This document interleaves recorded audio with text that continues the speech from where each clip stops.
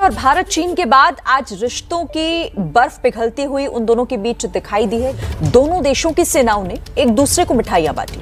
चुशूल और नाथुला समेत एलएसी की 10 पोस्ट पर दोनों देशों की सेनाओं ने एक दूसरे को मिठाई दी है। इंडिया और चाइना के जो फोर्सेस हैं उन्होंने एक तो लाइन ऑफ एक्चुअल कंट्रोल के ऊपर मिठाई दी है क्योंकि पेट्रोलिंग शुरू हो गई है। सुनने में आ रहा है कि डैमचौक एंड डेप्सांग के अंदर कंप्लीट जो है वो डिसएंगेजमेंट हो चुकी है। इंडिया और चाइना जो है उन्होंने वेरिफिकेशन प्रोसेस कंप्लीट कर लिए हैं।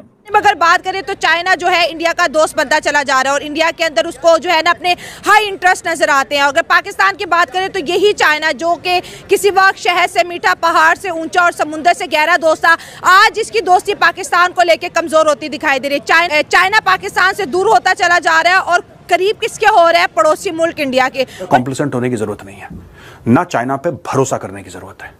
राइट आप भरोसा किसी के ऊपर, क्या आप अमेरिका के ऊपर भरोसा कर सकते हैं? बिल्कुल नहीं। क्या आप यूरोप के ऊपर भरोसा कर सकते हैं? बिल्कुल नहीं।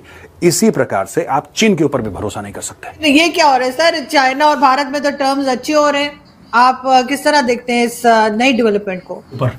मुझे ऐसा लगता है कि भारत और चाइना के बीच में एक अच्छा एग्रीमेंट हो गया है कि हम जो करेंगे इस एरिया में वो हम देखेंगे, तुम उधर साउथ चाइना सी में जो करोगे वो तुम देखोगे। कि डिसएंगेजमेंट का प्रोसेस शुरू हुआ है और अभी वेरिफिकेशन हो गई है, हो रही है, आप ये समझ लें। और जैसे मैंने आपको बताया मिठाइयाँ शिठाइयाँ बांटी जा रही हैं, बाकी सारी डिस्कशन हो रही हैं। चाइना स्ट्रांग है, चाइना इकोनॉमिक सुपर पावर है, लेकिन चाइना इतना बड़ा तुर्रम खान नहीं है कि 10 लोगों से दुश्मनी मोल ले। इसलिए वो चाहता है कि सबसे पहले इंडिया के साथ मैटर सेटल करो। बात आपकी बिल्कुल सही है कि मतलब कि चाइना जो है अब इंडिया के साथ लिंक कर रहा है जी, और मोदी साहब के साथ उनके काफ़ी अच्छे रिलेशन बन रहे हैं क्योंकि पेट्रोलिंग शुरू हो गई है। सुनने में आ रहा है कि डैमचौक एंड डेप्सांग के अंदर कंप्लीट जो है वो डिसएंगेजमेंट हो चुकी है। इंडिया और चाइना जो है उन्होंने वेरिफिकेशन प्रोसेस कंप्लीट कर लिए हैं। और जैसे मैंने आपको बताया मिठाइयाँ शिठाइयाँ बांटी जा रही हैं, बाकी सारी डिस्कशन हो रही हैं कि पेट्रोलिंग बंद हो गई थी, सारा कुछ बंद हो गया था। और ब्रिक्स में ये जो मुलाकात हुई है ये बड़ी एक इम्पॉर्टेंट मुलाकात है।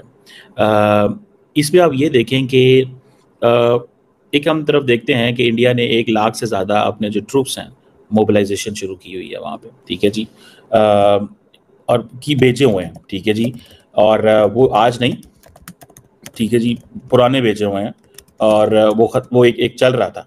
और इंडिया को इस चीज़ का पता था कि अगर ये नहीं बेचते तो Chinese won't be serious, Chinese won't be serious. मैं आपको बात बताऊँ, ये उनको पता था। और ये जो इंडिया ने भी उस इलाके के अंदर बहुत सारे इसको फोर्टिफाई करना शुरू कर दिया था, इंफ्रास्ट्रक्चर बना लिया था। और ये आपको पता है जहाँ पे ये दोनों मुल्कों की लड़ाई हो रही है, this is called as a frozen roof of the world, frozen roof. और ये इंफ्रास्ट्रक्चर की जंग चल रही थी लाइन ऑफ एक्चुअल कंट्रोल के ऊपर, जो कि चलती रहेगी, रुकेगी नहीं। और ये ऐसे नहीं होगा कि ख़त्म हो गया।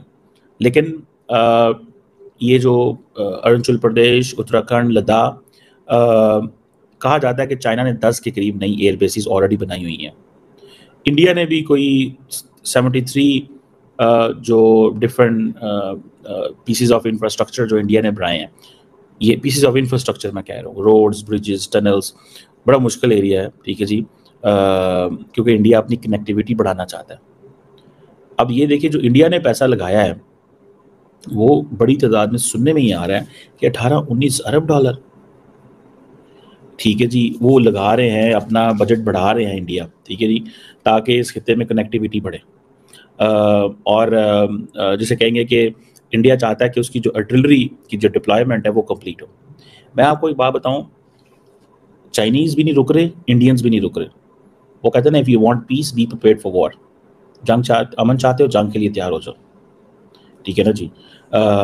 अब ये देखें कि इंडिया ने रिसेंटली एक बड़ी, कहा जाता है कि एशिया की सबसे बड़ी जो 2 टनल्स हैं वो यहाँ बनाई। बहुत बड़े स्टेटमेंट की कि दुनिया का जो फ्यूचर है अब इंडिया के बगैर इम्पॉसिबल है। अमेरिका हो या चाइना हो, दोनों ही कंट्री जो है अपनी अपनी भरपूर कोशिश करिए कि वो इंडिया से जो है दोस्ती का हाथ बढ़ाए। ब्रिक्स समिट के दौरान एक बहुत बड़ी एग्जांपल कायम हुई कि चाइना ने जो है अपना बॉर्डर के ऊपर एग्रेशन कम किया और लद्दाख से जो है अपनी जो है डिसएंगेजमेंट शो करवाई। दूसरी जानिब अगर बात करें तो चाइना जो है इंडिया का दोस्त बनता चला जा रहा है और इंडिया के अंदर उसको जो है ना अपने हाई इंटरेस्ट नजर आते हैं। अगर पाकिस्तान की बात करें तो यही चाइना जो कि किसी वक्त शहर से मीठा, पहाड़ से ऊंचा और समुद्र से गहरा दोस्त था, आज इसकी दोस्ती पाकिस्तान को लेकर कमजोर होती दिखाई दे रही है। चाइना पाकिस्तान से दूर होता चला जा रहा है और करीब किसके हो रहा है, पड़ोसी मुल्क इंडिया के। और इंडिया ने ये सब कुछ जादू की छड़ी से नहीं किया, इंडिया ने अपनी इकोनॉमी को बेहतर किया, इंडिया ने अपने पॉलिटिक्स को बेहतर किया। बात आपकी बिल्कुल सही है कि मतलब कि चाइना जो है अब इंडिया के साथ लिंक कर रहा है जी, और मोदी साहब के साथ उनके काफ़ी अच्छे रिलेशन बन रहे हैं जी। इसकी वजह यही है कि पाकिस्तान के साथ अटैच रहा है, पाकिस्तान ने उन्हें मतलब कि उस हिसाब से उन्हें प्रॉफिट नहीं आया, कोई चीज़ उन्हें मुहैया नहीं हुई।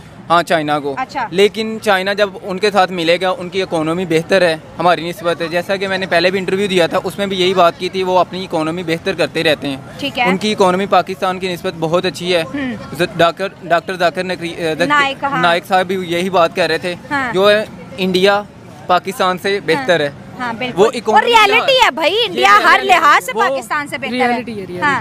वो इसी वे मतलब कि वो इकोनॉमी के लिहाज से बात कर रहे थे। ठीक हो गया। हाँ। तो यही है कि मतलब कि जब चाइना को इंडिया से फायदा मिलेगा तो वो उसके साथ ही लिंक करेगा। हाँ। ये तो मतलब कि कोई ऐसी बड़ी बात नहीं है। मतलब हर मुल्क अपने इंटरेस्ट के लिए काम कर रहे हैं। बिल्कुल ऐसी बात है। दोस्तियां सिर्फ सो कॉल्ड है। बिल्कुल ये ऐसा सो कॉल्ड है। नाम की दोस्ती है। जी बिल्कुल, जिस कंट्री की इकोनॉमी अच्छी होगी दूसरा कंट्री उसकी इकोनॉमी देख के उसके साथ ज्वाइन करेगा, ऐसी बात है। हाँ। अब हमारी इकोनॉमी क्या है? कोई इकोनॉमी नहीं है।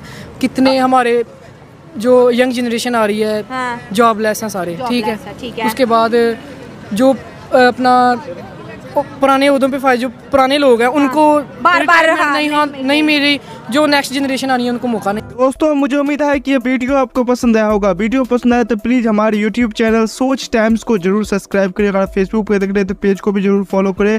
मैं आपको बता तो सोच टाइम के साथ आप लोग हर दिन एक खबर को देखेंगे। यहाँ पे आपको काफ़ी सारे अलग अलग टॉपिक को कवर किया जाता है, जहाँ पे हम पाकिस्तानी मीडिया रिएक्शन, अगर कोई भी इंडिया में घटना घटे उस पे हो, या फिर यहाँ पे इंडिया में कोई घटना घटे तो उसके रिलेटेड भी वीडियो डालते हैं। उसी के साथ साथ हमारे इस चैनल पे आपको कई सारे शो देखने को मिलते हैं, जैसे सोच टाइम बुलेटिन, जहाँ पे पूरे दिन में कोई भी घटना घटता है तो उसको हम प्रॉपर आपको एक्सप्लेन करके समझाएंगे। और उसी के साथ साथ मैं आपको बता दूँ, आपको यहाँ पे सोच टाइम शो देखने को मिलता है जो कि रोज़ आपको शाम को देखने को मिलेगा। उसी के साथ साथ आपको कई सारे जैसे हिस्टोरिकल टॉपिक हो या फिर हो यहाँ पे डेली का सैटरडे लेट नाइट शो, जहाँ पे सोशल मीडिया पे चलने वाले कोई भी ट्रेंडिंग टॉपिक के बारे में बात करेंगे। ये काफ़ी ज़्यादा हमारा जो चैनल है वाइब्रेंट होने वाला है, काफ़ी बेहतरीन आपके लिए ऑप्शन होगा। तो हमारे चैनल को एक बार जरूर विजिट करेगा। आप ये वीडियो यहाँ तक देख रहे हैं, एक बार जरूर सोच टाइम को विजिट करें और सब्सक्राइब करें। इस चैनल को आप सब्सक्राइब करने के बाद मेरे हिसाब से और किसी भी चैनल को आपको सब्सक्राइब करने की जरूरत नहीं है, क्योंकि यहाँ पे आपको हर एक टॉपिक के रिलेटेड वीडियो देखने को मिल जाएगा। तो प्लीज़ सोच टाइम्स को जरूर सब्सक्राइब करें।